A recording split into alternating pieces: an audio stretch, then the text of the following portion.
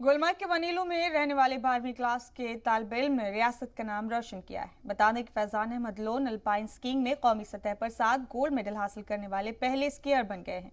छोटी सी उम्र में फैजान ने कामयाबी हासिल की है। नेशनल स्कीयर फैजान ने कहा कि 2018 में उन्होंने गुलमर्ग के बर्फीले पहाड़ों से अपने खेल की शुरुआत की और सख्त मेहनत करने के बाद उनकी गिनती जिले और मनाली, उत्तराखंड, हिमाचल समेत कई रियासतों में नेशनल एथलीट के तौर पर हुई।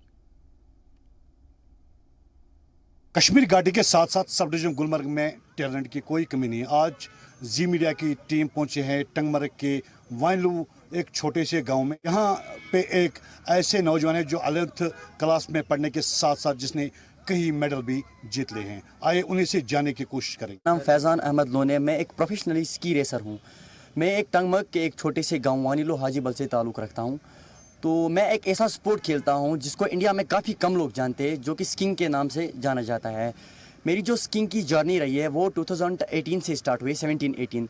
तब मेरे डेब्यू में 2 सिल्वर मेडल्स आए हैं। फिर 19, 20, 21 एंड 22 आज तक मेरे पूरे गोल्ड मेडल्स आए हैं। 2020 में मैंने पहले नेशनल खेला था ओली उत्तराखंड में, तब मेरा गोल्ड मेडल आया था। तो मेरे घर वालों को भी लगा, मेरे जो स्पोर्टर्स है, मामा है मेरे, उनको भी लगा इसमें टैलेंट है।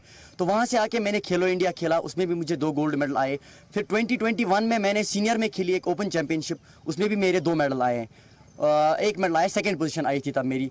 उसके बाद 2021 में स्टेट और डिस्ट्रिक्ट चैंपियनशिप भी मेरे 2 गोल्ड मेडल्स आए थे। और 2021 नेशनल्स में भी मेरे 2 गोल्ड मेडल्स आए।